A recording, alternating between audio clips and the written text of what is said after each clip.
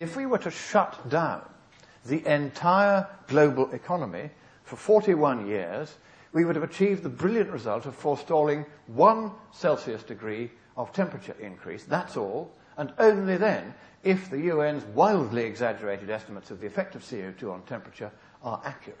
Here, then, is what happens if you have an ETS. We know this because we've already got one in Britain.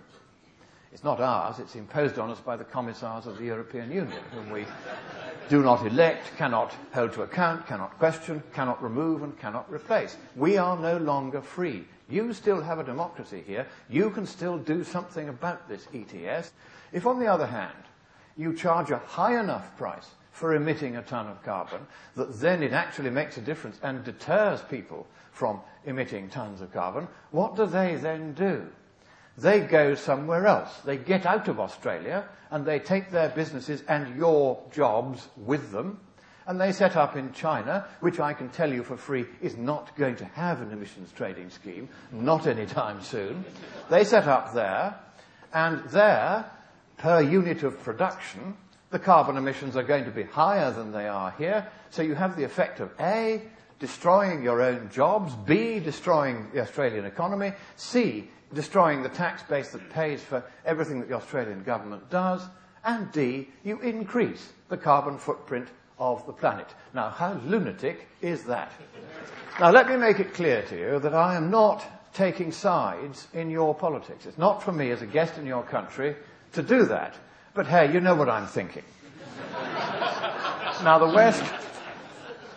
the West, frankly, is not the problem anymore. You just have to look at this graph compiled for me by Dr. David Archibald from data obtained from the annual statistical communiques of the People's Republic of China, where they tell us what they're going to do.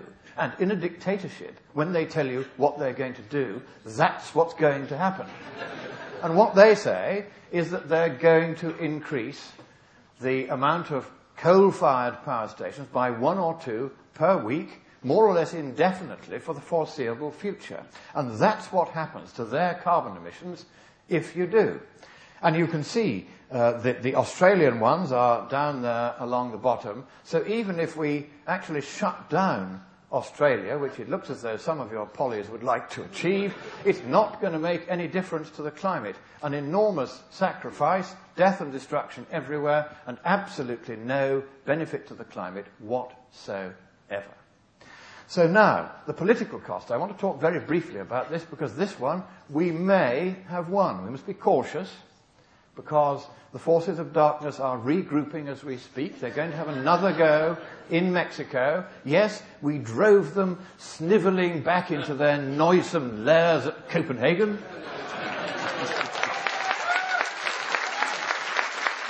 Now, what I'm going to show you now was buried on the website of the UN Framework Convention on Climate Change, buried there under the following sexy, catchy, and revealing title.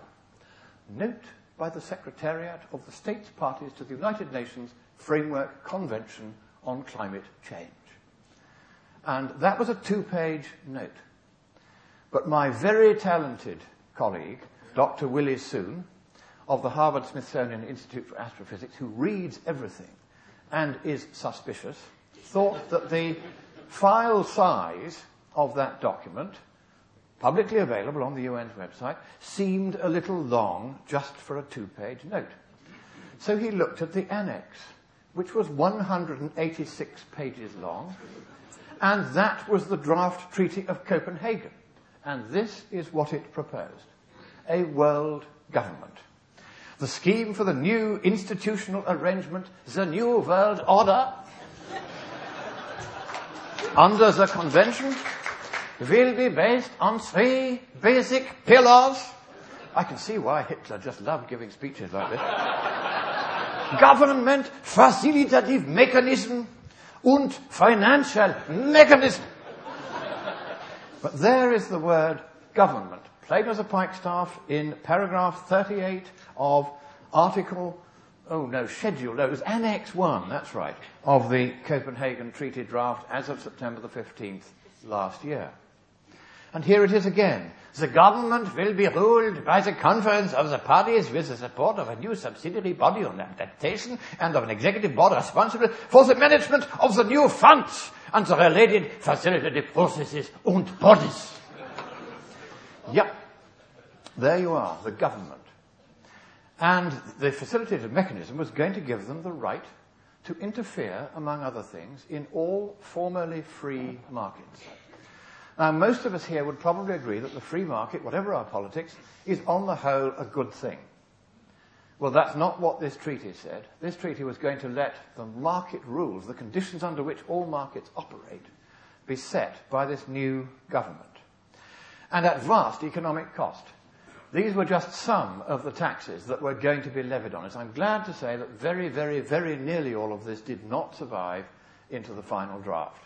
Precisely because you in Australia and in the United States and in Canada got onto your elected representatives and made such a noise that they abandoned this draft even before the Copenhagen conference began. And here are the democratic provisions for the election of the new world government. As you will see, they are very full, very comprehensive, very detailed, very much not there. There weren't any. This was going to be just like the EU writ large. There were going to be commissars, appointed, goodness knows how, goodness knows by whom, answerable to goodness knows whom, but they weren't going to be answerable to us, the people. Now here are the 10 people, 9 with Kevin Rudd, who went to Copenhagen.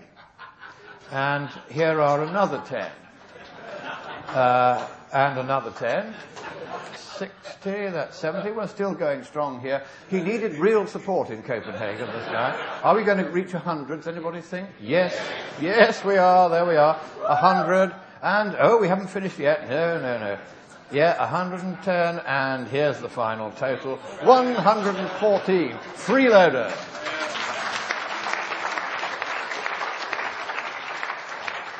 And this is a phenomenon. I don't want to single out your government. A lot of other governments did the same.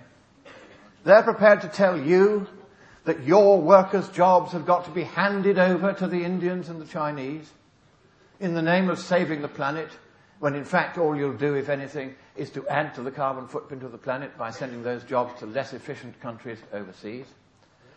And while they're telling you to make the ultimate sacrifices of paying 4 times as much for your electricity and losing your jobs, they also go on freeloading junkets to Copenhagen with a carbon footprint greater than most families will achieve in a lifetime. And I think, I'm afraid, that's disgusting. Yeah.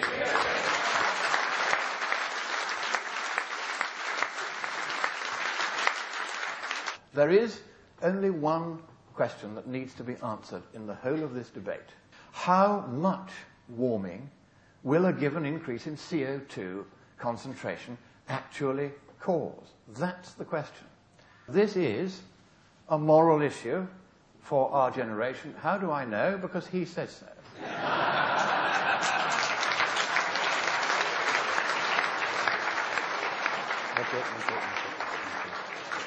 And he is right.